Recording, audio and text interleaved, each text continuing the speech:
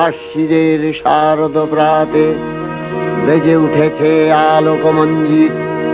ধরণীর বহিরাকাশে অন্তরিত মেঘমালা, প্রকৃতির অন্তরাকাশে জাগরিত জ্যোতির্ময়ী জগন্মাতার আগমন বার্তা।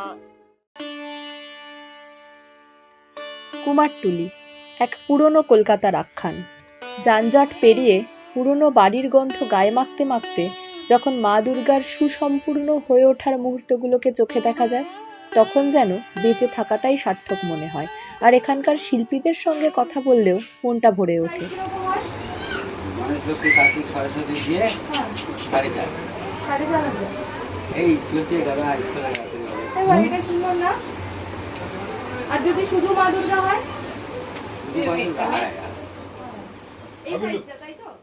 মায়ের গায়ে রং লাগছে, চোখ আঁকা শুরু হয়ে গিয়েছে। এই শৈল্পিক মুহূর্তের সাক্ষী হতে পুজোর আগে একবার আসতেই হয় কুমারটুলি। এই মায়ের তো সাজ প্রায় সম্পূর্ণ। এবার মায়ের নিজের জায়গায় অধিষ্ঠিত হওয়ার পালা।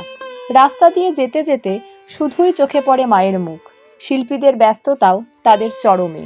কুমারটুলি না এলে যেন পুজোটাই অসম্পূর্ণ। মায়ের এই রূপ মূর্তিই তো আমাদের সারা বছরের বাঁচার রসদ জুগিয়ে চলে। এটাই তো আমাদের আনন্দের একমাত্র অবলম্বন।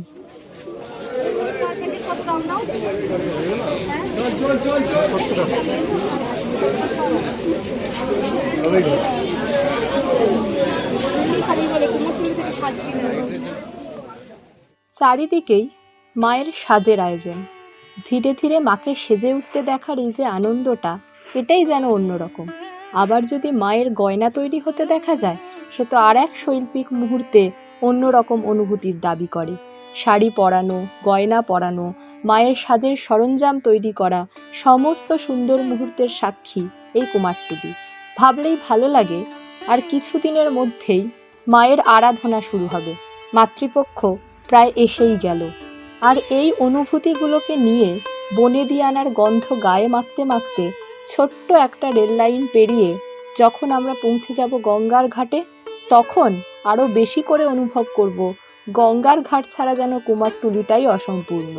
প্রতিমা দেখে আসার পরে গঙ্গার পাড়ে মুহূর্তখানেক কাটিয়ে আসন্ন দুর্গাপুজোর আনন্দ বুকে নিয়ে এবার আমাদের বাড়ি ফেরার পালা।